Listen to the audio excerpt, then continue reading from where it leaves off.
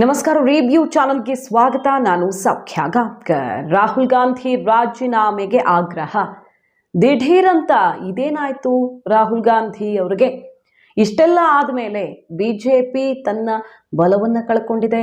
ಅಯೋಧ್ಯೆಯಲ್ಲಿ ರಾಮ ಮಂದಿರದ ಒಂದು ಪರಿಣಾಮ ಪ್ರಯೋಜನಕ್ಕೆ ಬರಬಹುದು ಅಂತ ಲೆಕ್ಕ ಹಾಕಿದಂಥ ಕ್ಷೇತ್ರಗಳಲ್ಲಿ UPಯಲ್ಲಿ ದೊಡ್ಡ ಪೆಟ್ಟು ತಿಂದಿದೆ. ಇಂಥದ್ದೊಂದು ರಿಸಲ್ಟ್ ಬಂದ ಬಳಿಕ ಅಚ್ಚರಿಯ ಬೆಳವಣಿಗೆ ಮಾಹಿತಿ ಮುಂದೆ ಇಡ್ತಾ ಇದ್ದೀವಿ. ಮಿಸ್ ಮಾಡಿದ್ರೆ ನಮ್ಮ ಚಾನಲ್ನ ಸಬ್ಸ್ಕ್ರೈಬ್ ಮಾಡಿ, ಹಾಗೆ ನಿಮ್ಮ ಅಭಿಪ್ರಾಯ ಕಮೆಂಟ್ ಮಾಡಿ ತಿಳಿಸಿ. ಎಸ್ ವೀಕ್ಷಕರೇ, ಇತ್ತೀಚಿನ ವರ್ಷಗಳಲ್ಲಿ ಯಾವುದಾದ್ರೂ ಒಂದು ರಾಜ್ಯದ ವಿಧಾನಸಭಾ ಚುನಾವಣೆ ಫಲಿತಾಂಶ ಬರಲಿ ಅಥವಾ ಲೋಕಸಭೆ ಕಳೆದ 2 ಅವಧಿಯಲ್ಲಿ ನೋಡಿದ್ದೀವಿ ನಾವು, EVM ಹ್ಯಾಕ್ ಮಾಡ್ತಾರೆ, EVM ತಿರುಚಲಾಗಿದೆ, ಇದೆಲ್ಲ ಲೆಕ್ಕಾಚಾರಗಳಿಂದ ಬಿಜೆಪಿ ಗೆದ್ದಿರೋದೇ ಬಿಟ್ಟರೆ ಬೇರೆ ಏನೂ ಇಲ್ಲ. ಬಿಜೆಪಿ ಅಕ್ರಮದ ಮಾರ್ಗದಿಂದ ಗೆಲ್ತಾ ಇತ್ತು ಅನ್ನುವ ಪುಕಾರು ಪದೇ ಪದೇ ಹೇಳ್ತಾ ಇತ್ತು. ಆದರೆ ಈ ಸಲ ಪ್ರತಿಪಕ್ಷಗಳ ಬಾಯಿಗೆ ಬೀಗ ಬಿತ್ತು. ಪ್ರಜಾಪ್ರಭುತ್ವದ ಗೆಲುವಿದು, ನಮ್ಮ ಸೋಲಲ್ಲ, ಪ್ರಜಾಪ್ರಭುತ್ವದ ಗೆಲುವು ಅನ್ನೋ ರೀತಿ ರಿಸಲ್ಟ್ ಸ್ಪೀಚಲ್ಲಿ ಮೋದಿ ಹೇಳಿದ್ದನ್ನು ಕೇಳಿದ್ದೀವಿ. ಇದು ಇವತ್ತು ಇಡೀ ಜಗತ್ತಿಗೆ ಭಾರತದ ಎಲೆಕ್ಷನ್ ಪ್ರಾಸೆಸ್ ಬಗ್ಗೆ ಯಾರ್ಯಾರಿಗೆ ಡೌಟ್ ಇತ್ತು ಅವರೆಲ್ಲರಿಗೂ ಸಿಕ್ಕಿರುವಂಥ ಉತ್ತರ ಅಂತ ನರೇಂದ್ರ ಮೋದಿ ಅವತ್ತು ಎಲ್ಲರಿಗೂ ಕೂಡ ಕ್ಲಾರಿಟಿ ಕೊಟ್ಟರು. ನೋಡಿ, ಭಾರತದಲ್ಲಿ ಹೇಗಿದೆ ವ್ಯವಸ್ಥೆ, ಇಷ್ಟು ದೊಡ್ಡ ದೇಶ, ಪ್ರಜಾಪ್ರಭುತ್ವದ ವ್ಯವಸ್ಥೆ ಇರುವಂಥ ದೇಶದಲ್ಲಿ ಇಷ್ಟು ಚೆನ್ನಾಗಿ ಎಲೆಕ್ಷನ್ ನಡೆಯೋಕ್ಕೆ ಸಾಧ್ಯ ಅಂದರೆ ಇವತ್ತು ಇಡೀ ಜಗತ್ತೇ ಹುಬ್ಬೇರಿಸ್ತಾ ಇದೆ. ಅದಕ್ಕೆ ರಿಸಲ್ಟೇ ಸಾಕ್ಷಿ, ಪ್ರಜಾಪ್ರಭುತ್ವ ಗೆದ್ದಿದೆ ಅಂತ ಹೇಳಿದ್ರಲ್ವ. ಇಷ್ಟೆಲ್ಲ ಆಗಿದೆ, ಮೋದಿಗೆ ಜನ ಪಾಠ ಕಲಿಸಿದ್ದಾರೆ ಅಂತ ಕೈಪಾಳಿಯ ಪ್ರತಿಪಕ್ಷಗಳು ಖುಷಿ ಪಟ್ಟಿದ್ದಾಗಿದೆ. ಡೆಲ್ಲಿಯಲ್ಲಿ ಸೋತ ಮೇಲೂ ಆಮ್ ಆದ್ಮಿ ಸಿಹಿ ಹಂಚಿ ಸಂಭ್ರಮಿಸಿದ್ದಾಗಿದೆ. ಇಷ್ಟೆಲ್ಲ ಬೆಳವಣಿಗೆಗಳ ಬಳಿಕ ಈಗ EVM ಬಗ್ಗೆ ಮತ್ತೆ ಡೌಟ್ ಬಂದಿರೋದು ಹುಬ್ಬೇರಿಸೋದಕ್ಕೆ ಕಾರಣ ಆಗಿದೆ. ಏನಿದು ಹಾಗಾದರೆ? ಪ್ರತಿಪಕ್ಷಗಳ ಮನಸ್ಸಲ್ಲಿ ಏನಿದೆ? ಕ್ಲಾರಿಟಿನೇ ಸಿಗ್ತಾ ಇಲ್ವಾ? Tesla owner, X owner Elon Musk ಈಗ EVM ಬಗ್ಗೆ ಇಂಥದ್ದೊಂದು ಹೇಳಿಕೆ ಕೊಟ್ಟಿದ್ದಾರೆ. ಅಮೆರಿಕ ಚುನಾವಣೆಯಲ್ಲಂತೂ EVM ಬಳಸಲೇಬಾರ್ದು, ಮನುಷ್ಯರು ಇಲ್ಲ ಆರ್ಟಿಫಿಷಿಯಲ್ ಇಂಟೆಲಿಜೆನ್ಸ್ ಯೂಸ್ ಮಾಡ್ಕೊಂಡು ಇದನ್ನು ಹ್ಯಾಕ್ ಮಾಡೋದಕ್ಕೆ ತುಂಬ ಒಳ್ಳೆಯ ಅವಕಾಶಗಳಿವೆ, ಹಾಗಾಗಿ ಬಳಸಬಾರ್ದು ಅಂತ ಟೀಕೆ ಮಾಡಿದ್ದಾರೆ ಎಲನ್ ಮಸ್ಕ್. ಅದಕ್ಕೆ ಭಾರತದಲ್ಲಿ ರಾಹುಲ್ ಗಾಂಧಿ, ಅಖಿಲೇಶ್ ಯಾದವ್ ಸೇರಿದಂತೆ ಪ್ರತಿಪಕ್ಷಗಳ ಪ್ರಮುಖ ನಾಯಕರು ಈಗ ಧ್ವನಿಗೂಡಿಸ್ತಾ ಇದ್ದಾರೆ. ಇಂಡಿಯಾದಲ್ಲಿ ಇದೇ ರೀತಿ ಆಗುತ್ತೆ, ಇಲ್ಲಿ EVM ಅಂದ್ರೆ ಒಂದು ಬ್ಲ್ಯಾಕ್ ಬಾಕ್ಸ್ ಇದ್ದ ಹಾಗೆ, ಒಳಗಡೆ ಏನಿದೆ ಅನ್ನೋದನ್ನು ನೋಡೋದಕ್ಕೆ ಸಾಧ್ಯವೇ ಇಲ್ಲ ಅಂತೆಲ್ಲ ಧ್ವನಿಗೂಡಿಸಿರೋದು ಈಗ ಕೆಸರಚಾಟಕ್ಕೆ ಕಾರಣ ಆಗಿದೆ ಬಿಜೆಪಿ ಮತ್ತು ಕಾಂಗ್ರೆಸ್ನ ನಡುವೆ.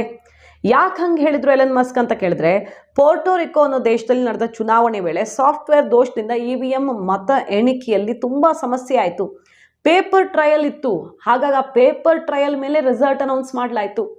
ಇಂಥದ್ದೆಲ್ಲ ಇರೋದ್ರಿಂದ ಬಹಳಷ್ಟು ಅಕ್ರಮಗಳೆಲ್ಲ ಬೆಳಕಿಗೆ ಬಂದಿವೆ. ಇದು ಸೇಫ್ ಅಲ್ಲ, ಅಮೆರಿಕದಲ್ಲಂತೂ ಇಂಥ ಸಿಸ್ಟಮ್ ಬೇಡವೇ ಬೇಡ ಅಂತ ಅವರು ವಾಗ್ದಾಳಿ ನಡೆಸಿರೋದು.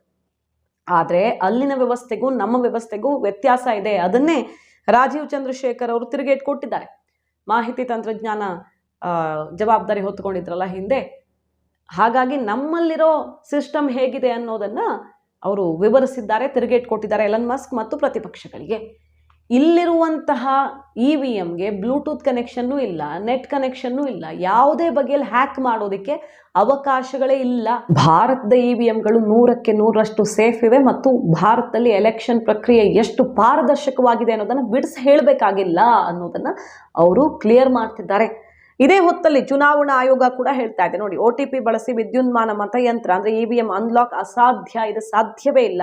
ಈ ಬಗ್ಗೆ ಆಗ್ತಿರೋ ವರದಿ ಎಲ್ಲ ಸಂಪೂರ್ಣ ಸುಳ್ಳು ಅಂತ ಹೇಳ್ತಿದೆ. ಏನು ವರದಿ ಅಂತ ಕೇಳಿದ್ರೆ, ಶಿವಸೇನೆ ಅಭ್ಯರ್ಥಿ ರವೀಂದ್ರ ವಾಯ್ಕರ್ 48 ಓಟಿಂದ ಗೆದ್ದಿದ್ದಾರೆ ಈ ಸಲ. ಯಾವ ಕ್ಷೇತ್ರ? ಮುಂಬೈ ವಾಯುವ್ಯ ಕ್ಷೇತ್ರದಿಂದ. ಮತ ಎಣಿಕೆ ಕೇಂದ್ರದ ಏಜೆಂಟ್ ಆಗಿದ್ದ ಬಂಧು ಮಂಗೇಶ್ ಪಂಡಿಲ್ಕರ್ ಅವರು ಎಣಿಕೆ ಕೇಂದ್ರದ ಅಧಿಕಾರಿಯ ಮೊಬೈಲ್ ಬಳಸಿ OTP ಪಡೆದು EVM ಅನ್ಲಾಕ್ ಮಾಡಿದ್ರು ಅಂತ ಒಂದು ಕೇಸ್ ದಾಖಲಾಗಿದೆ ಅನ್ನೋದ್ರ ಬಗ್ಗೆ ಮಿಡ್ ಡೇ ಪತ್ರಿಕೆಯಲ್ಲಿ ವರದಿ ಆಯಿತು. EVMಗಳನ್ನು ಅನ್ಲಾಕ್ ಮಾಡೋದಕ್ಕೆ ಚುನಾವಣಾ ಅಧಿಕಾರಿಗಳ ಮೊಬೈಲ್ ಫೋನ್ಗೆ OTP ಬರ್ತವೆ, ಹೀಗಾಗಿ ಅಧಿಕಾರಿಗಳು ಮೊಬೈಲ್ ಇಟ್ಟುಕೊಳ್ಳಬಹುದು. ವಾಯುವ್ಯ ಮುಂಬೈ ಮತ ಎಣಿಕಾ ಕೇಂದ್ರದ ಎಣಿಕೆ ಅಧಿಕಾರಿ ದಿನೇಶ್ ಬಳಿಯೂ ಮೊಬೈಲ್ ಇತ್ತು, ಅವರು ತಮ್ಮ ಫೋನನ್ನು ಅಕ್ರಮವಾಗಿ ಪಂಡಿಲ್ಕರ್ಗೆ ಕೊಟ್ಟಿದ್ರು ಅಂತ ವರದಿಯಾಗಿತ್ತು. ಇದ್ರ ವಿರುದ್ಧ ಈಗ ಕ್ರಮಕ್ಕೆ ಮುಂದಾಗ್ತಿರೋದು. ಆ ವರದಿಯೂ ಸುಳ್ಳು, ಆ ರೀತಿ ಮಾಡೋಕ್ಕೆ ಸಾಧ್ಯವೂ ಇಲ್ಲ. ಇದೆಲ್ಲ ಸಂಪೂರ್ಣವಾಗಿ EVMನ ಸುತ್ತ ಕಟ್ಟುಕತೆಯನ್ನು ರಚಿಸಲಾಗ್ತಿರೋದು, ಇದು ಅಸಾಧ್ಯ ಅಂತ ಎಲೆಕ್ಷನ್ ಕಮಿಷನ್ ಕೂಡ ಚಾಟಿ ಬೀಸಿದೆ. ಮತ್ತು EVM ತಿರುಚೋದಕ್ಕೆ ಭಾರತದಲ್ಲಿ ವ್ಯವಸ್ಥೆ ಇಲ್ಲ, ಅದಕ್ಕೆ ಬೇರೆ ಏನೋ ಕನೆಕ್ಷನ್ ಇಲ್ಲ. ವೈಫೈ ಮೇಲೆ ಬ್ಲೂಟೂತ್ ಮೇಲೆ ವರ್ಕ್ ಆಗುವಂಥದ್ದು ಅಲ್ಲ ಭಾರತದಲ್ಲಿ ಅನ್ನೋದನ್ನ ಕ್ಲಿಯರ್ ಮಾಡಿ ಬೇರೆ ದೇಶಗಳ ದೊಡ್ಡ ದೊಡ್ಡ ಬಿಸ್ನೆಸ್ ಮ್ಯಾನ್ಗಳು ಯಾರು ಭಾರತದ ಕಡೆಗೆ ಬೆರಳು ತೋರಿಸಿದಂತೆ ಪರೋಕ್ಷವಾಗಿ ಮಾತನಾಡ್ತಿದ್ದಾರೋ ಅಂಥವ್ರಿಗೆ ಉತ್ತರ ಕೊಡೋ ಪ್ರಯತ್ನ ಆಗಿದೆ ನೋಡಿ. EVM ಕುರಿತಾದ ಎಲನ್ ಮಸ್ಕ್ ಹೇಳಿಕೆ ತುಂಬ ಕಾಮನ್ ಆಗಿ ಹೇಳಿರೋದು, ಅವ್ರೇನು ಭಾರತಕ್ಕೆ ಸಂಬಂಧಪಟ್ಟಂತೆ ಹೇಳಿಲ್ಲ. ಅದನ್ನ ಪ್ರತಿಪಕ್ಷಗಳು ಅಸ್ತ್ರವಾಗಿ ಬಳಸ್ಕೊಳ್ತಾ ಇರೋದು. ಯಾವುದೇ ನೆಟ್ವರ್ಕ್ ಮತ್ತು ಸಂಪರ್ಕದಿಂದ ಇಲ್ಲಿ EVM ಅನ್ನ ದೂರ ಇರಿಸಿದ್ದಾರೆ. ಹಾಗೆ ಈಗಾಗಲೇ ನಾನು ಹೇಳಿದಾಗೆ ವೈಫೈ ಕನೆಕ್ಷನ್ ಇರಲ್ಲ, ಬ್ಲೂಟೂತ್ ಇರಲ್ಲ. EVM ತಯಾರಿಕಾ ಘಟಕದಲ್ಲಿ ಪ್ರೋಗ್ರಾಮ್ ಮಾಡಲಾದ ನಿಯಂತ್ರಕಗಳನ್ನು ಬದಲಿಸಲು ಸಾಧ್ಯವೇ ಇಲ್ಲ ಅಂತ ಕೇಂದ್ರದ ಮಾಹಿತಿ ತಂತ್ರಜ್ಞಾನ ಖಾತೆಯ ಮಾಜಿ ಸಚಿವ ರಾಜೀವ್ ಚಂದ್ರಶೇಖರ್ ಕೂಡ ಪ್ರತಿಕ್ರಿಯೆ ಕೊಟ್ಟಿದ್ದಾರೆ. ಸುರಕ್ಷಿತವಾಗಿ EVM ತಯಾರಿಸುವ ಬಗ್ಗೆ ತರಬೇತಿಯನ್ನೂ ನೀಡುವುದಾಗಿ ಸವಾಲ್ ಹಾಕಿದ್ದಾರೆ.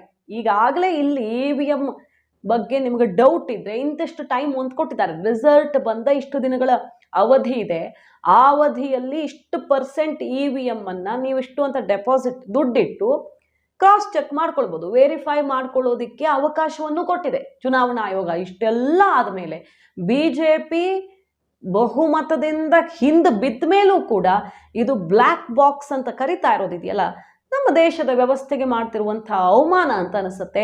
ಪ್ರತಿಪಕ್ಷಗಳು ಬಹುಶಃ ಈ ಗೊಂದಲದಿಂದ ಹೊರಗಡೆ ಬಂದು ಒಂದು ಕ್ಲಾರಿಟಿ ತಗೊಂಡ್ರೆ ಬೆಸ್ಟ್ ಅನ್ನೋದು ಈಗ ವ್ಯಕ್ತವಾಗ್ತಿರುವಂತ ಅಭಿಪ್ರಾಯ ಈ EVM ಜಟಾಪಟಿಗೆ ಸಂಬಂಧಪಟ್ಟಂತೆ. ಅಷ್ಟೇ ಅಲ್ಲ, ರಾಹುಲ್ ಗಾಂಧಿ ಅವ್ರಿಗೆ ಸಿಕ್ಕಾಪಟ್ಟೆ ಡೌಟ್ ಇದೆ. ಅಂದ್ರೆ ಎರಡೆರಡು ಕಡೆ ಗೆದ್ದಿದ್ದಾರಲ್ಲ, ರಾಜೀನಾಮೆ ಕೊಟ್ಟು ಮತ್ತೊಂದ್ಸಲ ಎಲೆಕ್ಷನ್ ನಿಂತು ಗೆಲ್ಲಿ ನೋಡೋಣ ಅಂತ ಸವಾಲ್ ಹಾಕಲಾಗ್ತಾ ಇದೆ. ಆಯ್ತು, ರಾಹುಲ್ ಗಾಂಧಿ ಅವರಿಗೆ ಎಲೆಕ್ಷನ್ ಪ್ರಾಸೆಸ್ ನಡೆದಿರೋದ್ರ ಬಗ್ಗೆ ಡೌಟು ಮತ್ತು ಅವರ ಗೆಲುವಿನ ಬಗ್ಗೆ ಅನುಮಾನ ಪಡಬೇಕಾಯ್ತು. ರಾಜೀನಾಮೆ ಕೊಟ್ಟು ಇಳಿಲಿ ಕೆಳಗೆ, ಈ ರೀತಿಯ ಮಾತುಗಳನ್ನು ಆಡ್ತಿದ್ದಾರೆ.